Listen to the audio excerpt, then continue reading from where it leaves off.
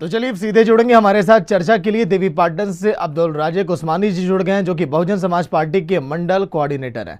बहुत बहुत स्वागत है अब्दुल राजिक जी हिंदी खबर पर। धन्यवाद भाई साहब, सागर जी। अब्दुल जी, पूरे देश की सियासत इस समय गरमाई हुई है, खासकर यूपी की विधानसभा चुनाव बेहद करीब है। कुछ दिन पहले मायावती ने भी ट्वीट किया जिस तरह से लखीमपुर की घटना हुई, क्या कहना चाहेंगे इस पर? पहला सवाल यही है। देखिए, इतनी बड़ी घटना इससे पहले इस प्रदेश में, इस देश में आजादी के बाद कभी नहीं हुई। और जो किसानों ने समझौता किया है, सरकार ने जो वादा किया है कि हम 45 लाख रुपया देंगे, जांच कराएंगे, इस पे विश्वास कैसे किया जा सकता है? हमें ये बताइए आप।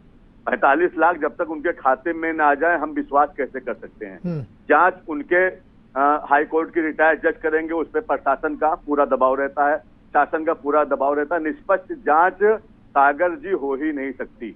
पहले तो जांच में हमारे विपक्षी पार्टियों को, बहुजन समाज पार्टी सदस्य को, सभी विपक्षी पार्टियों को पारदर्शिता से जांच करानी चाहिए और इसमें सबको संज्ञान में लेकर जांच होनी चाहिए। मुझे जांच पे कोई विश्वास बहुजन समाज पार्टी नहीं करती है, क्योंकि जांच एजेंसियां सरकार की होती हैं।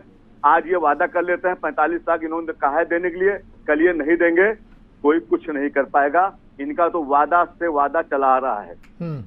ये ऐसी स्थिति बन गई है इस प्रदेश को पूरी तरह से, मुख्यमंत्री जी को और सभी को। अगर ये घटना बहुजन समाज पार्टी की सरकार में होती भाई साहब सागर जी, तो 24 घंटे के अंदर मंत्री और मंत्री के बेटे, संबंधित अधिकारी सब जेल में होते। नहीं, लेकिन अब्दुल जी, जो लखीमपुर की घटना हुई, क्या इसके बाद हम ये माने कि किसानों का आंदोलन और भी अब रौद्र रूप अब लेगा और भी वो आक्रोशित होंगे, गुस्से में होंगे? किसानों का आंदोलन और बड़े पैमाने पे होगा। सारी राजनीतिक पार्टियों को चाहिए कि अपने अपने यहाँ से एक ऐलान कर दें कि सारे लोग जहाँ जैसे हैं सब लोग स्थिर हो जाएं, अपने अपनी जगह पे बैठ जाएं। देश पूरा जाम हो जाना चाहिए, तब ये सरकार की आंख खुलेगी, नहीं तो इनकी आंख खुलने वाली नहीं है। सागर जी, 700-800 किसान शहीद हो चुके हैं, एक भी प्रधानमंत्री जी का ट्वीट नहीं आया, एक भी मुख्यमंत्री जी का ट्वीट नहीं आया, कोई एक भी मनीष का वो हुआ वहाँ गोरखपुर की घटना आप देख ही रहे हैं, पुलिस वालों के आप चाल चलन देख रहे हैं, विकास दुबे को आप देख रहे हैं। मतलब कितनी बातें बताई जाए, कुछ शब्द नहीं है, ना इतना समय आपके पास है। अब कुछ इनके पास नहीं बचा है। इनको सीधे तौर पर इस्तीफा देके और बहन कुमारी मायावती जी के हाथों में शासन 6 महीने के लिए सौंप देना चाहिए। अभी सारे अधिकारी, सारे पुलिसकर्मी, सारे मंत्री नेता अपनी अपनी औकात में आ जाएंगे। जब वो घर से निकलेंगे तो उनके दिमाग में एक बार ये दहशत होगी कि हम बाहर जा रहे हैं, बहुजन समाज पार्टी की सरकार है, मुझे अपनी औकात में रहना। सागर जी, चलिए अब्दुल जी, देश के अन्नदाताओं से जुड़ी बात तो हुई, लेकिन अब चुनाव पर भी एक बार फोकस डालिए। सपा और बीजेपी एक सिक्के के दो पहलू, लेकिन देखा जाए तो हमेशा से बीजेपी हमेशा लोगों को परास्त करते आई। मौजूदा समय में जिस तरह से जनाधार बीजेपी का है, बीजेपी दावा कर रही है फिर से सत्ता हमारी बनेगी यूपी के अंदर, लेकिन आप लोग क्या तैयारी कर रहे हैं, क्या करने वाले हैं इस बार? देखिए, बहुजन समाज पार्टी की सरकार बनने जा रही। जो आप लोग सर्वे करते हैं, जो भी चैनल एजेंसियां सर्वे करती हैं, वो मेरा जो 23% वोट है हमारे दलित समाज का, उसको छोड़ के सर्वे करती हैं। दलित समाज आज भी उसकी इतनी हैसियत नहीं है कि चौराहे बैठ के बड़े लोगों के सामने वो अपनी बात कर सके कि हम किसको वोट देने जा रहे हैं। आप जो सर्वे में दिखाते हैं, वो सर्वे में जो आप हमको सीट दिखाते हैं, उसपे हमारा 23% और 5% मोस्ट बैकवर्ड, यानी कि 28% आप और जोड़ दीजिए। हमारी सरकार उत्तर प्रदेश में बन रही है। 23% हमारे पास हमारे समाज का वोट है, मोस्ट बैकवर्ड हमारे पास 10-12% वोटर हैं, अल्पसंख्यक समाज हमारे पास 5 से 10% वोटर है, 1 से 5% हमारे साथ समर क्लास का, अपर क्लास का वोटर है।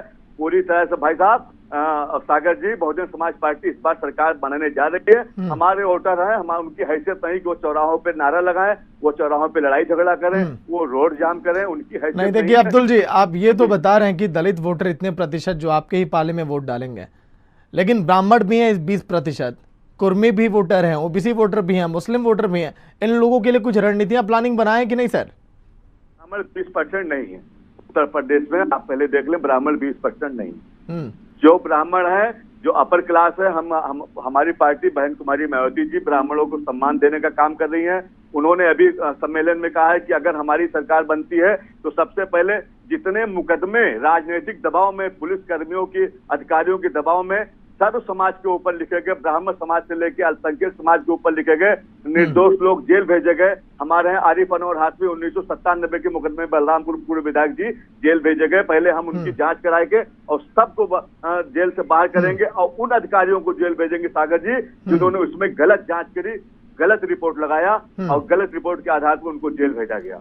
चल ठीक है अब्दुल जी, मैं आपको बता देता हूँ, आपने जिस आंकड़े की बात की 14% ब्राह्मण वोटर है, लेकिन 16 से 20% लगभग 5 से 10 ऐसी विधानसभाएं जहां पर ब्राह्मण वोटर का दबदबा अधिक है।